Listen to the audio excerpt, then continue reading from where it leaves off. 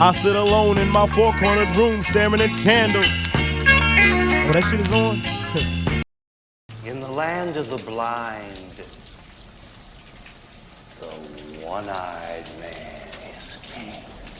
Hey YouTube, I'm back. I'm your host, James. This is my channel. Sorry it's been some months since I've made a video, but I was trying really hard to get my first movie made last year. Check it out. It's been quite the process. I've been figuring out budget, who and what I need, how long, literally everything, distribution. The one thing that I've been having trouble with, of course, is funding. That's been a motherfucker. And I've missed making these, so I wanted to jump right back into it while I keep looking for funding. Also, I've been writing a lot this year, so this year should be fun. I have big plans. For my fifth video, I wanted to come back strong, so I thought we'd talk about one of the best sci-fi movies in my opinion. One of the best, not the best. Should have done Logan's Run. Fuck it. Of course I'm talking about Minority Report. Minority Report came out in 2002 and is rated PG-13, and today we're talking about one of the gods of filmmaking, Steven fucking Spielberg.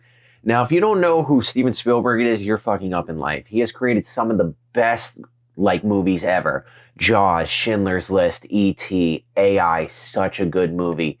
He did some unique things in this movie that we'll talk about later on. The first thing I want to talk about is the person who wrote the original story to this movie, Philip K. Dick. Amazing writer, and has written some of the best sci-fi stories that were eventually turned into movies. This is the first movie we're talking about that comes from an original piece of work.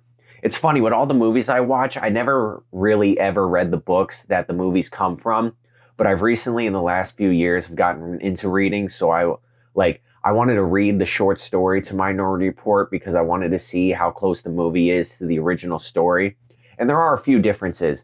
I've noticed with a couple of Philip K. Dick stories is there's a lot of intergalactic travel.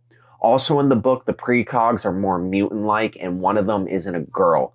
Also, Anderson doesn't have a son, and the names that appear of the victims and murderers show up on playing cards. But the story was written back in 1956, so it's pretty good. I read that, and we'll remember it for you wholesale, which, may I say, is one of the greatest names for a story. The movie version of that is Total Recall, which, don't get me wrong, also a great name, but I love the name of the book so much more. I personally prefer that more than Do Androids Dream of Electric Sheep, which was turned into Blade Runner. Personally, little boring. Another time. I guess they even made a mini TV series on this movie back in 2015, also called Minority Report. I never watched it, but it stars Megan Good, so it probably isn't that bad because she's been amazing since My Cousin Skeeter. Weird name. It was 10 episodes and it takes place 10 years in the future from the movie. I might eventually check it out. Before they even began shooting this movie, Spielberg got some of the greatest minds together for a couple of days to think about how the future would probably look in 50 years, and wow, did they predict some shit. Face scanners, being able to see through walls, just science in general. This movie stars Tom Cruise. Tom Cruise is insane. That's really the only way to describe him, but Xenu damn if he isn't one of the most entertaining actors ever. Not even just his acting movies, like Cocktails is decent and A Few Good Men is amazing. Like, some of his movies just sucked, but not really, just constantly hits his mark, and he totally killed Tropic Thunder. He's great in this. Cruise is known for doing his own stunts, and you see that in this. I love when actors do their own stunts because the camera's able to stay on the subject. This movie was written by Frank Scott, who is the creator of the new show, The Queen's Gambit. It's good. I like it. Also, it was co-written by John Cohen, who has literally only worked on this movie. So you know. Before we get into the movie itself, let's discuss the CGI of the movie. CGI stands for computer-generated imagery. Shit I know very little about. Think dragons on screen. Personally, I hate CGI. I think it's flat and takes me out of the movie. Also, movies today are just too damn bright. Even in the dark, it's almost like a new age Technicolor we see on screen.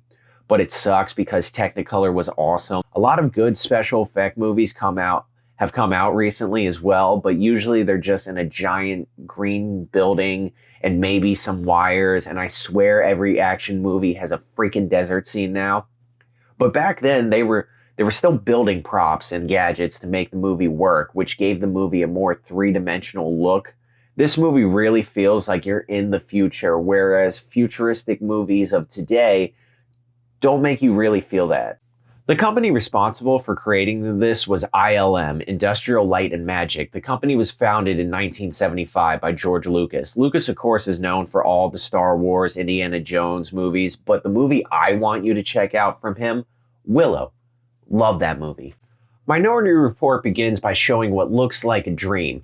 We see it isn't a dream, but an actual crime that is going to be committed. We see a girl in a milky type of water saying murder. Then these wooden balls start to be created by a machine and drop down, showing two names on. Tom Cruise's character arrives to the office while this is happening. He works for the Department of Pre-Crime. His character is a detective, John Anderton. For years, I thought it was Anderson. They're in Washington, D.C., and the year is 2054, which is not that far off. We're going to blink, and it's going to be like that year. We see another ball roll down showing another name on it. We find out the ball indicates a double homicide. They know the names of the two victims. They know the killer's age, race, and gender. They even know the exact time of when the crime is going to be take place. They're just uncertain where the crime is going to be committed, so they're trying to find out. This is case number 1108. Anderton looks down a window, and we see it isn't just one girl, but three people in a pool of milky water, all connected to giant machines. It reminded me a little of the pod Neo comes out of in the first Matrix movie, just not as dark. The three people in the pool are called precogs, one girl and two twin boys, all in their 20s, I think. Anderton is explaining that the precogs are seeing these crimes take place in the future, and that everything the precogs are seeing is being recorded by their machines. There are two witnesses watching from video. Now they have a little over 24 minutes to find the killer. This is one of the few problems I have with the movie. Like, if they can investigate the future and see a crime is going to take place and they know who is about to be killed or whatever, can't they just call the victims and tell them to get out of there or run to the police? But it doesn't matter. We see Anderton has this giant see-through screen that looks like his computer, and he's watching the crime being committed through little fraction clips. He's using them to look for clues to find the killer, Howard Marks. We cut to Howard walking outside his house to grab the morning paper. He looks across the street and he sees a man standing around awkwardly. He goes back inside and tells his wife the man outside looks familiar. She kind of shrugs it off.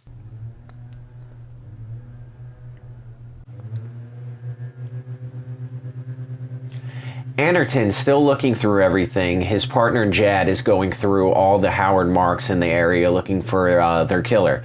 Jad is played by Steve Harris, who's been in a few things, The Rock, Takers, Sugar Hill. While he's doing that, Anderton is trying to find an address. The technology is so cool in this movie. You're able to just transfer over everything, machine to machine, like it's nothing, which pretty much you can do today. But remember, this was 20 years ago they made this movie. There was no iPads or touch phones yet. Flat screens might have just been making an appearance, or those even had a few years. So this was like, holy shit. We cut back to Howard Marks' house, where he's telling his wife he might just skip work and play hooky today. His wife talks him out of it. You can tell Howard knows something is going on. Now, back at Anderton's office, they're still looking for where this crime might take place. While that is happening, another one of Anderton's partners walks in, Fletcher, who is played by Neil McDonough. He's been typecast as the villain for pretty much his whole career, and I totally thought he was going to be evil in this, but no, he's good. Fletcher walks in to let Anderton know that the investigator from the feds is there to talk to him. He tells him he's busy, but the investigator introduces himself anyway. Danny Whitwer. Whitwer is played by Colin Farrell, who was a huge name in the early 2000s, and honestly, still killing it. Phone Booth, SWAT, The Recruit, a lot of great PG-13 movies, which is hard to do. Also, I've been told I have to see him as the Penguin. Fletcher explains to Whitwer that what they're doing now is called scrubbing the image, which they do to help find clues to where the murder is going to take place. He then tells them about the two wooden balls, one having the killer's name on it and the other the victim's. Everything else comes from the images that the precogs produce. We hear that the precogs can usually see a murder a few days out, but since there's no premeditation, they only have a few minutes.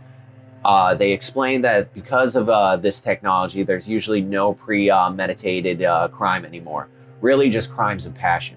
They find out where the crime is going to take place and start heading that way. Howard Marks, hiding behind a tree, sees the man from before going into his house with his wife.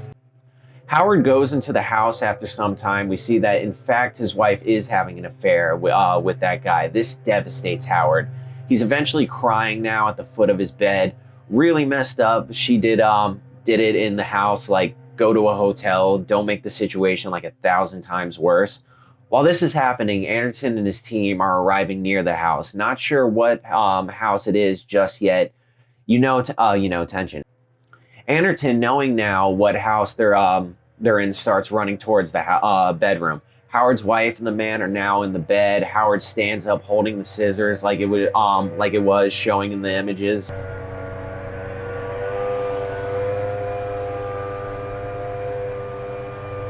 Right then, Anderton runs in the room, stops Howard right when the timeline meets up.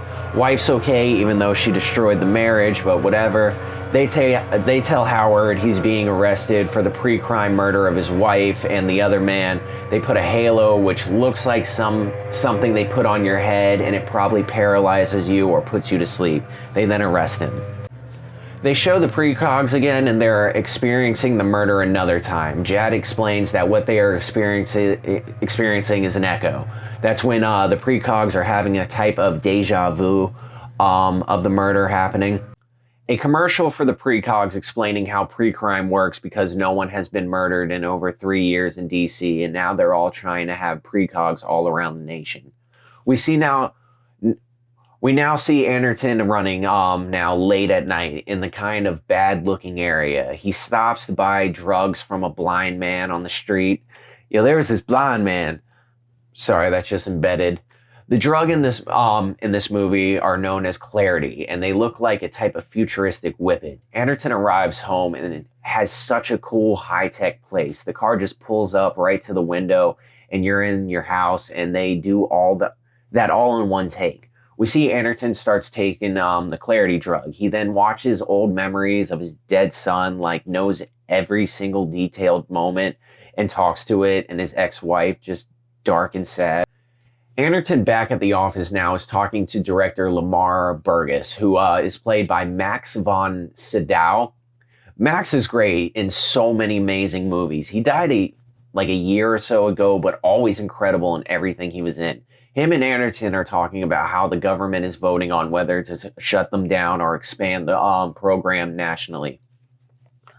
Burgess tells Anderton to watch Witwer because he doesn't trust him. Fletcher is seen explaining to Witwer how the wooden balls are engraved with the names of the killer and victims with a unique shape and grain to make it impossible to forge. Witwer is telling about how he doesn't really believe in the program because no one has committed a crime yet. Anderton comes in to counter Witwer's claim, saying that even though the crime hasn't happened, it doesn't stop the fact that it was going to happen. I really wish I knew more about time travel and paradoxes, because I feel there's a fundamental flaw on stopping a murder.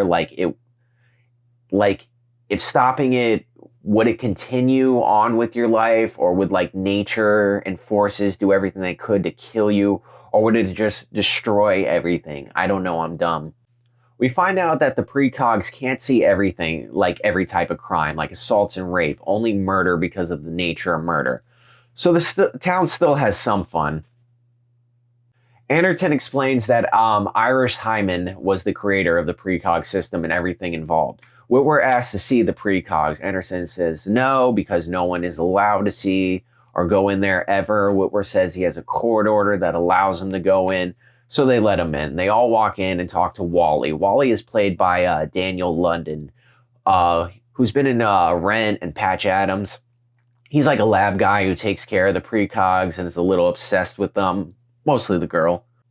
Wally explains to everyone that the precogs are in a photon milk that acts as a nutrient supply as well as a liquid conductor. It helps them enhance the images they see. There are three precogs, two twin boys and a girl. They have these devices connected to their head so that that way they can see what the precogs see. They drug the precogs so that they aren't ever awake or asleep, more in a vegetable state. Whitwer talks about the spiritual side of the precogs being like oracles, then tries to talk to Anderton about his dead son. But Anderton is just like, what do you want? Whitwer tells him he's looking for flaws in the system. Anderton eventually alone walks over to the female precog and leans over to her. She's played by Samantha Morton, whose career has been blowing up. Like, she's in everything now and did really good in The Walking Dead. She eventually grabs him and tells him, can you see? Anderton looks up at the monitor and sees that an old murder taking place. The precog lets go of him. This shakes Anderton a little. This makes him travel to the Department of Containment. He wants to find out more about the murder the precog showed him. Once there, the sentry shows him around. They look at all the people who've been arrested because of pre-crime. He looks at the killer who apparently committed that murder, but when they try to find information on it, there's no data. Anderton copies what files there are so he can keep investigating. He tries to show what he found to his friend Burris. Burris looks it over to tell John not to worry about it, making sure we keep the precog program is more important. We see Whitwer searching around Anderton's apartment where he finds his drugs and videos of his dead son. I have to word that better. Another one of the wooden balls is seen with a name on it, Leo Crow. The crime is premeditated, just like before. Anderton is going through the motions, talking to the two witnesses on the screen, and is about to look at the images from the precogs. After some time going through the clips, we see that John Anderton is the person who is going to be the killer. John seems absolutely baffled by this. He tells his buddy to go grab him something, so he'll leave the room. John continues to look at the clip. The two witnesses are like, what are we seeing? He makes them disappear. By his expression, I think he's figuring out he's being framed. Like, I don't think he really thinks he's going to murder that guy. You see Wally with the precogs just looking up at the clip of Anderton killing the guy. He just looks so confused. Anderson's still trying to look for clues in the clip, finally looks over to Wally. Wally is so savage. He's just like, I always liked you, Chief. You were good. You were nice to me. I'll give you 2 minutes before I hit the alarm. Savage. So John's on the run, sets a timer on his watch and gets into the elevator, but Whitwer joins him. I really like what happens here. Whitwer is trying to tell him that it's over. Anderton's confused. He's just like, did you set me up? But Whitwer shows him that he found his drugs. Anderton grabs him and has a gun in his face now. This doesn't completely scare Whitwer yet. He tells him to put down the gun, that he doesn't hear the red ball sound yet, but instantly he does. And you see on Whitwer's face for a second, he thought he was getting shot. Doesn't though, leaves him there. Now John's in his car on the run. The one thing they really got right in this movie was the ads everywhere. He calls up Lamar to tell him what happened, and he's freaking out, saying that Whitwer set him up. Now, they kind of mess up here. Lamar asks who's the victim, but how would he know he's setting him up with murder unless his office already called him? I don't know. I could be reaching. Anyway, John tells Lamar about Leo Crow. Lamar tries to get John to come see him, but he refuses. Now the police are looking out, locking out his car and making it return to the station. John's like, fuck that. Everybody runs, starts to break out of his car. Up until this point, you saw some of the special effects, but this scene is over the top. John getting out of the car while it's still moving. Now all the cars are moving in sync on the road. He's on top of the car. Then all of a sudden, all the cars start going straight down. But all it's still connected to the road. But since John is on top of the car, he's dangling now. He's able to get back on the top of the car and starts jumping from car to car. Intense music is playing the whole time, and the camera is staying on cruise. That's why he's awesome. Hops from car to car, eventually jumps and crashes into like a yoga studio where he lands doing the same position that they were doing. Back at the office where Whitwer is talking to Lamar, Whitwer is talking about how he's going to bring John in. Lamar tells Whitwer he doesn't want John hurt. Back with John now, he's walking towards the train. The ads in the movie are personalized once they scan your eyes. So he's walking down the hall when all these ads start saying his name. Once you get on the train, also it reads your eyes. So now the police knows where he is and where he's heading. Gets off the train, sees the police, and starts running. Honestly, I know I've probably said this a few times, and I know I'm probably going to say it at least one more time in this movie, but this scene right here was done so well, and this is one of the best scenes in the movie. From them flying up on him to the talking to the fight scene is so good. Like the first thing you see is Fletcher flying down to John, who's in the middle of an alleyway. You see Fletcher fly down and turn and start talking to John all in one take.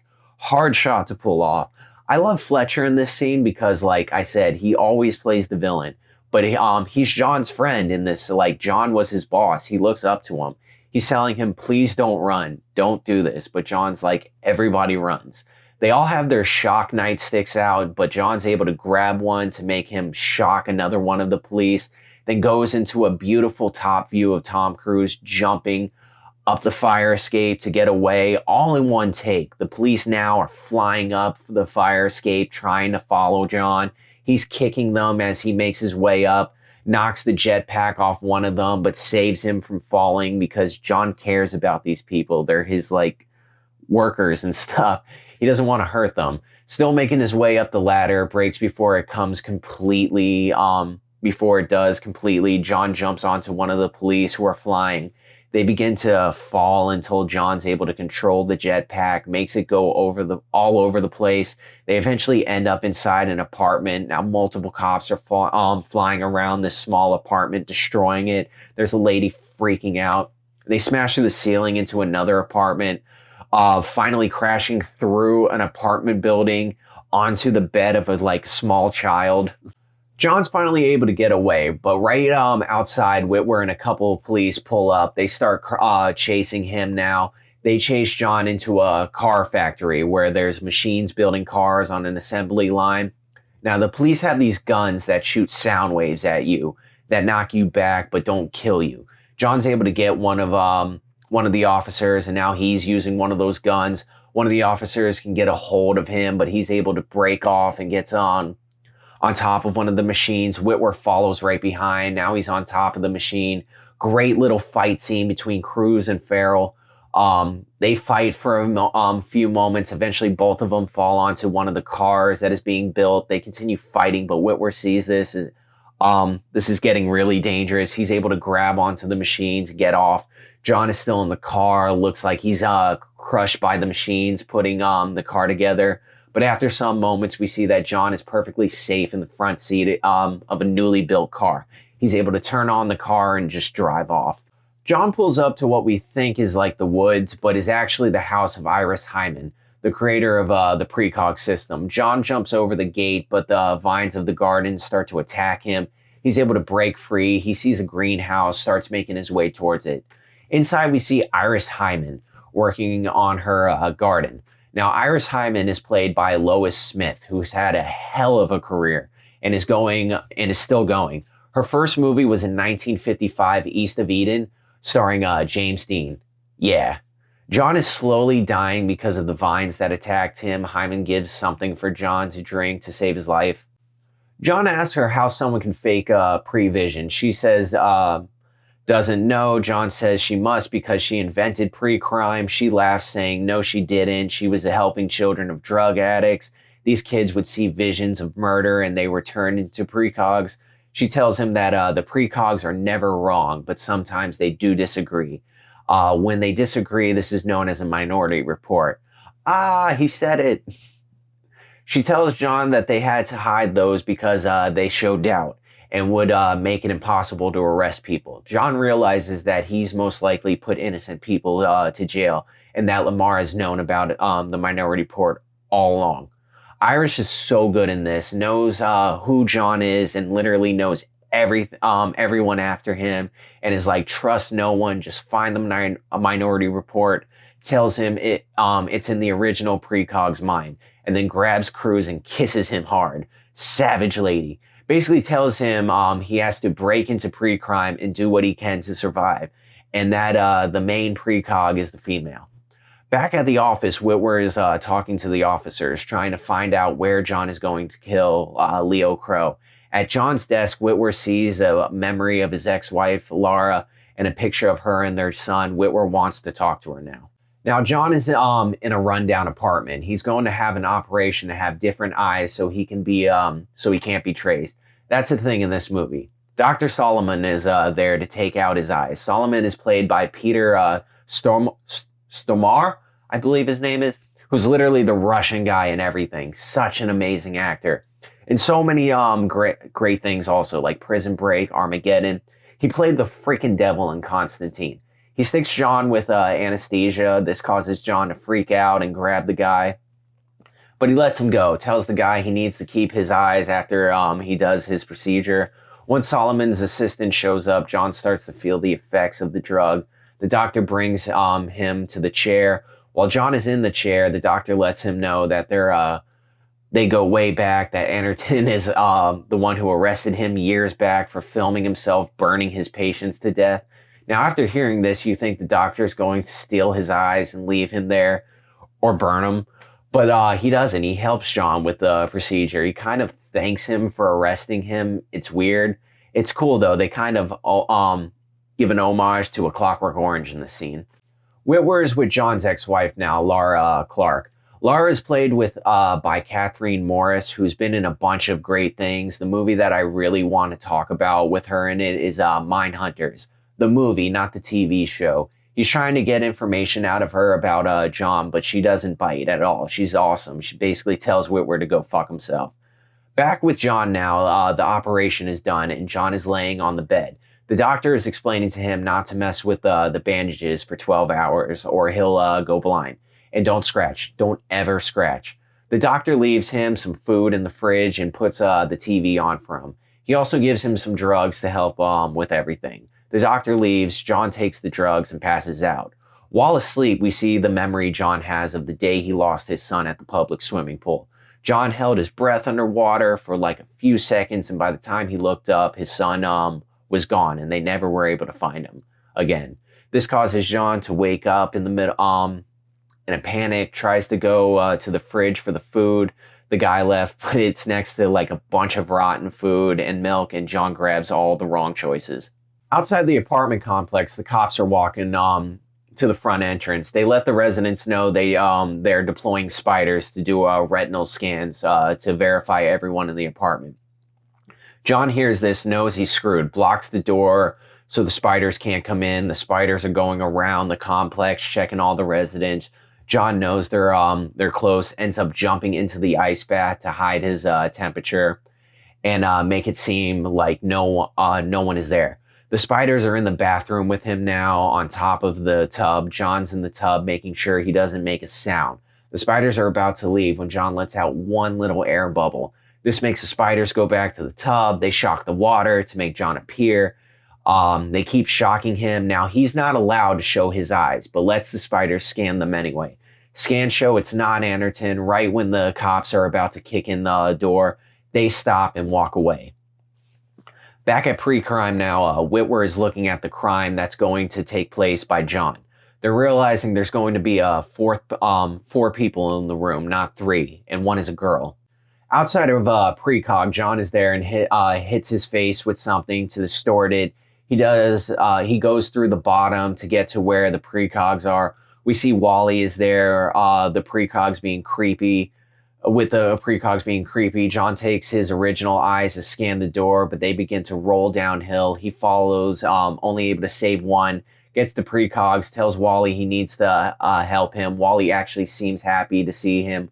Whitwer realizes the fourth person in the room is going to be Agatha, the precog. Starts running towards them. Back with John, we see the image that he's looking for. Whitwer's at the glass now, tells John to get away. John grabs Agatha, drains the pool, and escapes with Agatha. Wally, freaking out, tells Whitwer the system doesn't work without Agatha. Now, Whitwer knows the only way to find him is to figure out where that room is that the murder is going to take place. John's with Agatha in the car, and Agatha is freaking out. She has no idea what's going on and is asking if it's now. John goes and grabs Agatha some clothes from the Gap. Back with Whitwer, they're trying to figure out why he took Agatha and where he might go. This part is kind of doesn't make sense. Whitwer knows to look in some random picture and finds the guy that John's going to meet up with next. Kind of lazy, but it's fine. We see the guy from the picture, Rufus Riley, who's played by Jason Antoon. He runs like a VR fantasy place and is also a felony hacker. John walks up to him and tells him he has a precog and that he needs his help downloading one of her memories. Rufus freaks out a little, but eventually helps him. Not really his choice. Brings them both into a room where they hook Agatha up to her this chair that links to her brain. It has a giant TV showing the images. Rufus starts recording, and we see John's murder taking place. It disappears. John gets right up in Agatha's face, like freaking out. She tells him he doesn't have a minority report, but then starts playing the images of the girl drowning again, Anne Lively. Cops are in the place now. John and Agatha escape. They're in the mall now. And this is such a cool scene. They're making their way around, and Agatha sees everything before it happens. So she's telling John, grab the umbrella, go this way, stop. It's so freaking cool and intense. Finally tells him to stop in the middle of the walkway. Guy with balloons ends up blocking their view from the cops, and they're able to escape outside. They have an umbrella to block the rain and still can't be seen from the cops. They get away.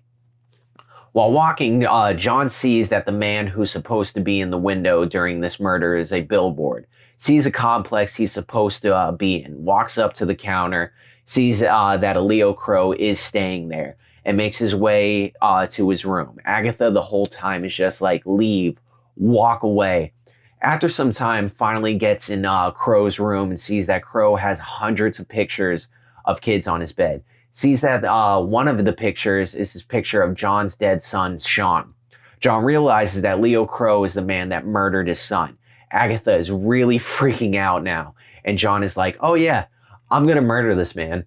Now Leo Crow walks in the room. John grabs him, starts attacking him, asking about his son. Agatha is freaking out the whole time. Crow tells John he murdered his son. John, crying, beats up Crow for a few moments and finally has a gun pointed at Crow. Standoff for a moment while the timelines sync up. And what I love about this movie is they mess with the timeline.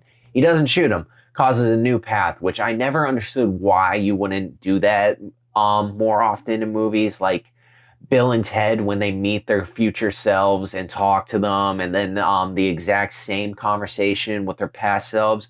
I was always like, why wouldn't you try changing some words and just seeing what happens? But decides not to kill him, instead arrest him. Agatha seems happy, but Crow starts freaking out like that wasn't part of the plan. You were supposed to kill me. It's the only way my family gets the money. John looks confused by this, asking him who set this up. Says he doesn't know and that he really didn't kill his son. Crow says sorry, he doesn't know. Points John's gun at himself and tells John to kill him. John refuses, so Crow kills himself, but it looks like John was the reason. For a few hours later, in the same room, Whitwer and Fletcher are going through the scene, and Whitwer realizes John is being framed. Calls up Lamar to meet him at John's. Now, Whitwer shows Lamar evidence showing that Lamar is responsible. Lamar just shoots Whitwer and kills him. Lamar is the villain. Shocker. During this, Lamar messes up a little and calls... during this, Lara messes up a little, calls Lamar for help, lets him know John and Agatha are at her place. Lara and John walk on the dock while Agatha feels around Sean's old room. Back with John and Lara, they're sitting at the bench talking about what's going on. John realizes that this all has to do with Anne Lively. John goes to talk with Agatha, but Agatha lets John and Lara know the life Sean would have had if he survived. We find out Anne Lively is Agatha's mother. It's a beautiful scene, but is abrupted with Agatha letting John know he must run now. Bam, police break through the doors and windows, nothing they can do. The police take John and Agatha. Agatha is back in the tank now with Wally, and John is in that weird prison that keeps you in a vegetative state. God, that would suck. We're in Lamar's office now where he's consulting with Lara. Says he's sorry, it's all his fault. Lara says it's not. They talk for a bit. Lamar is rude to his assistant. Lamar tells Lara that at least he killed his son's murderer. Lara asks who's Anne Lively. This flusters Lamar. Lamar plays dumb but slips up and talks about the drowning. This makes Lara suspicious. They both have a moment. Lara knows it's him. Lara takes John's gun. His eyes go, goes to the prison and talks to the sentry, releases him back with Lamar now, where he's giving a small revolver. Lamar starts giving a speech when he's giving a phone where John is on the other end. John tells Lamar it's over. Lara calls Jed to tell him that John needs a favor. Agatha starts having the vision of her mom getting murdered. Lamar knows John is watching him. Jed takes the visions that are being seen and sends the visions to where Lamar is with all those people. All the people see that Lamar was actually the man that murdered Anne Lively, and that the reason he did it was because Anne got cleaned up and wanted to take Agatha with her, which would have made the precog program not happen. So he murdered her. This causes Lamar's wife to faint. She was so sweet in this movie. Lamar starts to run away, loads his gun. We see a red ball fall with the name John Anderton. Lamar and John continue to talk. John tells Lamar he used his dead son to set him up.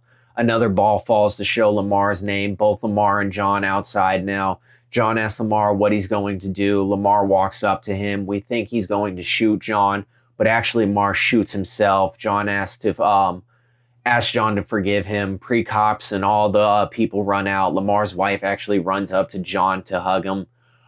John narrates to let us know that the precog system was destroyed. All the prisoners were pardoned and released. I hope Howard Marks gets everything in the divorce. Police still watched over all those people. We see that John and Lara are back together and trying to have a kid again. We also see that Agatha and the twin boys are now free living in the real world, and that's the movie. Just an all-around good action flick with a good story and great characters. I'm going to rate this movie fair because there are some things it could have improved on, but it was done right. I'm going to rate this movie 4 stars. Yeah, and I like the special effects were 5 stars, but as a whole, 4 stars. That was Minority Report. Good sci-fi movie, worth rewatching or watching for the first time. One of Tom Cruise's best. I hope you enjoyed this video. I'm going to try to make more of these sooner. Really want to be on a schedule, but I suck. So, okay, I'm James. Thank you.